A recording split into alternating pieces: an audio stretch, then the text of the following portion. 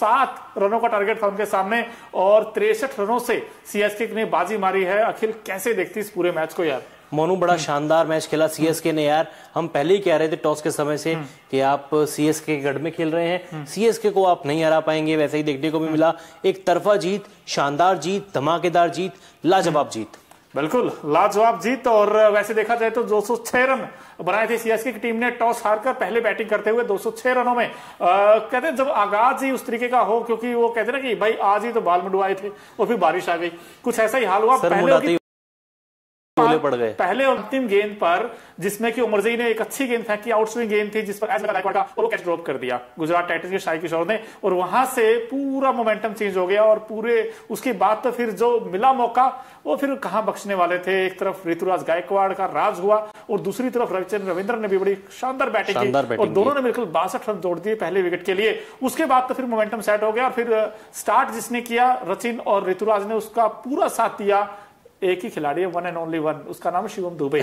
उसने तो मतलब कहते थंपिंग वो मोहर लगा दी जीत की। और शिवम दुबे की पारी वाकई कमाल की बैटिंग की। आज उन्होंने आउटस्टैंडिंग नॉक थी, ये 51 बनाए सिर्फ 23 गेंदों पर और 206 रन उन्होंने बना दिए। 207 का टारगेट था, लेकिन शुभमन गिल अब कैप्टन बने इस टीम के। कहीं कैप्टनसी का बोझ तो नहीं आ गया इनके ऊपर, क्योंकि आते ही वो शार्प एलबीडब्ल्यू आउट हो गए। दीपक चार की अच्छी गेंद आई और उसके बाद फिर एमएस धोनी ने जो कैच पकड़ा उठते हुए कमाल कर दिया एमएस धोनी ने, और साथ ही साथ अजिंक्य रहाणे ने भी अच्छा कैच पकड़ा और नियमित अंतराल पर विकेट खोता गया गुजरात टाइटंस। और कुल मिलाकर गुजरात की जो पारी है वो 143 रनों पर रुक गई, सिर्फ 143 रन बना पाए और 8 विकेट आउट हो गए। देखते ही देखते कोई भी बैट्समैन लंबी पारी नहीं खेल पाया। अगर एक बैट्समैन 37 रन जरूर बनाया साई सुदर्शन ने, इसके अलावा कोई भी बैट्समैन लंबी देर तक टिक नहीं पाया। एक बार फिर से मिडिल ऑर्डर इनका कोलैप्स हुआ है भाई। शाहरुख खान ने चित और Chennai super Kings super hit. Middle order छोड़िए मोनू, इनका सब कुछ कोलैप्स हो गया। पहले बॉलर्स पिट गए, उसके बाद रही सही कसर कप्तान शुभमन गिल ने पूरी कर दी। केवल 8 रन बनाकर आउट हुए, एक छक्का लगाया। लेकिन यार जब आप 200 प्लस का टारगेट चेज कर रहे हैं, एक छक्के से काम नहीं चलेगा। आपको कम से कम 7-8 छक्के लगाने पड़ेंगे, लंबी पारी खेलनी पड़ेगी। कप्तान है तो कप्तानी पारी खेलनी पड़ेगी। बी साई सुदर्शन अकेले लड़ाई लड़ रहे थे, 31 गेंद 37 रन। उनका स्ट्राइक रेट देखिए लगभग 119 का है। बड़ा स्ट्राइक रेट इसलिए नहीं है क्योंकि अकेले लड़ाई लड़ रहे थे। उनको पता था कि टिक्कर बल्लेबाजी करनी है और मुझे ही करना है जो करना है। आप देख लीजिए विजय शंकर, मैं अभी तक इस टीम में, ये गुजरात टाइटंस का 3रा साल है, विजय शंकर का इस टीम में रोल क्या है मुझे आप बता दीजिए, कमेंट करके आप बताइए। अगर आपको क्या लगता है गुजरात टाइटंस की टीम में विजय शंकर का क्या रोल है? हम उनको देखते हैं 3D प्लेयर के तौर पे। 2019 का वर्ल्ड कप खेले, रायडू बाहर हो गए, तब एमएस के प्रसाद ने कहा कि हमारा 3D प्लेयर है। ना वो बॉलिंग करते हैं गुजरात के लिए, ना वो फील्डिंग करते हैं। बल्लेबाजी में उनको टॉप ऑर्डर में मौका मिलता है, वहां पर वो क्या करते हैं, टाएं फिश हो जाती है। मुझे समझ नहीं आता कि वाकई में विजय शंकर को ये टीम क्यों ढो रही है। बिल्कुल क्यों ढो रही है, लेकिन 207 जब आप बनाते हो, चेज करते हो। लेकिन अखिल भाई ये जो स्टार्ट जब किया शुभमन गिल ने, वो भी थोड़ा फंसे फंसे नजर आए। और उसके बाद फिर रिद्धिमान साहा अगर आप देखोगे तो अच्छे खेले एक एंड से, लेकिन दूसरे एंड से क्या हो गया कि विजय शंकर हो, डेविड मिलर हो, वो टिक ही नहीं पाए विकेट के ऊपर। इस विकेट में कुछ था तो नहीं ऐसे कि फर्स्ट हाफ में देखा वहां पे तो बड़े चौके छक्के लग रहे थे, सेकंड हाफ में ऐसा क्या हो गया? तो विकेट में कुछ कमी थी या फिर बल्लेबाजों की टेक्निक में ही कुछ कमी थी? नहीं, विकेट में कुछ कमी नहीं थी। विकेट में कुछ कमी होती तो सीएसके भी इतना स्कोर ना बना पाता। बल्लेबाजों की टेक्निक पे गलती थी। मोनू आप देख लीजिए, साई सुदर्शन टिक चुके थे, उसके बाद एक गलत शॉट खेलकर अपना विकेट गवाया। डेविड मिलर सेट हो चुके थे यार, आपको पार्टनरशिप बनाने की जरूरत थी। आपकी पार्टनरशिप बन रही थी, मिलर की और सुदर्शन की एक पार्टनरशिप लगी। रात की सांस जीटी को पहुंच रही थी, गलत शॉट खेल, खराब शॉट खेलकर अपना विकेट थ्रो कर बैठे।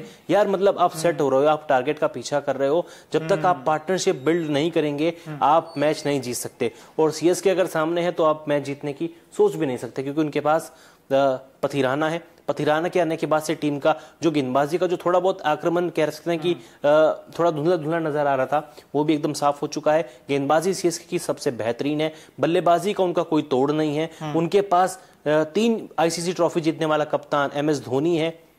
क्या चाहिए फिर सीएसके को? चाहिए, सही बात है। सारे और आज तो सारे बॉक्सेस जिनके टिक सारे बॉक्स टिक कर रही है। एक भी ऐसा नहीं दिखा कि जहां पर आपको कह सकते हैं कि यार ये थोड़ी वीक लिंक है, लेकिन आज तो सारे के सारे एक भी वीक लिंक मुझे तो नजर नहीं आया। अब बॉलिंग की बात जब करते, दीपक चाहर, इन्होंने देखिए 4 ओवर में 28 रन दिए और 2 विकेट झटके। इसके अलावा तुषार देशपांडे देखिए पिछले मैच में बड़े एक्सपेंसिव रहे थे, लेकिन आज भी इन्होंने 4 ओवर में सिर्फ 21 रन देकर 2 विकेट झटके लिए। और मुस्तफिजुर रहमान ये तो आउटस्टैंडिंग रहते, पिछले मैच में भी मैच के हीरो थे, 4 विकेट झटके थे और आज भी 2 विकेट ले गए और शायद ये लीडिंग विकेट टेकर भी हो गए इस IPL 2024 में। बिल्कुल पर्पल कैप इनके सिर पर है। और फिलहाल मथीसा पथिराना इनका कमबैक हुआ था इस टीम में लॉन्ग टाइम के बाद, क्योंकि इंजरी इनके थी लेकिन अब तो ठीक हो गए। इन्होंने भी अच्छी गेंदबाजी की, 1 विकेट इन्होंने झटकाया।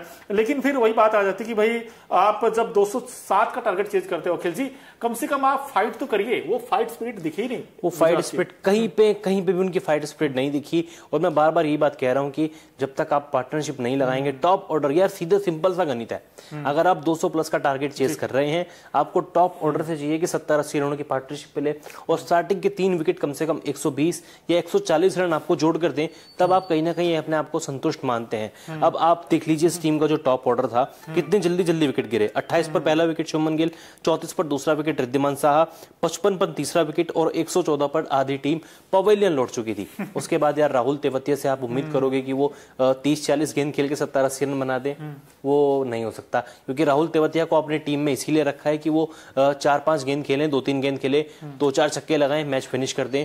आप राहुल तेवतिया को अगर चाहते हैं कि वो मैच फिनिशर बन के उभरे, मतलब 30-40 गेंद खेलें, तो यार कम से कम आपको उनको प्रॉपर मैच टाइम देना पड़ेगा। बिल्कुल मैच टाइम देना पड़ेगा। लेकिन दोनों टीमों को अगर आज के मैच में आप कंपेयर करोगे तो एक वो टीम गुजरात टाइटंस जो कैच छोड़ने के लिए जाने गई, लेकिन दूसरी टीम CSK की टीम जिसमें MS धोनी, अजिंक्य रहाणे ने, one of the most successful captain तो है ही MS धोनी, लेकिन कैच जो पकड़े ना, फिनोमिनल कैच पकड़ा अजिंक्य रहाणे डाइविंग करते हुए वो, और उसके बाद MS धोनी का कैच देखिए आप फ्लाइंग करते हुए, यार इन्होंने दिल जीत लिया।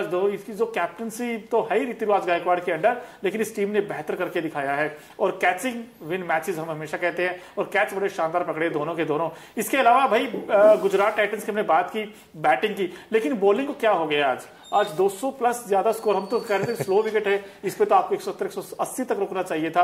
आज वो उमेश यादव की वो रफ्तार तो दिखी, लेकिन वो भी महंगे साबित हुए। राशिद खान भी ठीक है, 2 विकेट लगे, लेकिन वो भी 40 प्लस रन दे गए।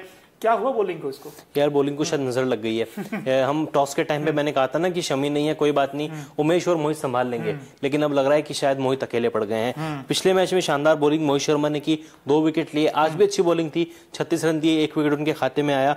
लेकिन उमेश यादव 13.5 की इकोनॉमी, 2 ओवर में 27 रन, बहुत मार पड़ी है। उमर जई पहला ओवर लेकर आए, 3 ओवर में 30 रन। साई किशोर ने थोड़ी अच्छी बॉलिंग की, आप कह सकते हैं, 3 ओवर में 28 रन, 1 विकेट। राशिद खान को 2 विकेट मिले, लेकिन पिटाई उनकी भी भरपूर हुई है यार, मतलब उनका भी 12.5 का इकोनॉमी है। बिल्कुल 12.5 का इकोनॉमी है, लेकिन जो पिटाई हुई है और जो मार पड़ी है, उसमें एक ही बैट्समैन ने धूम मचाई है, उसका नाम शिवम दुबे है।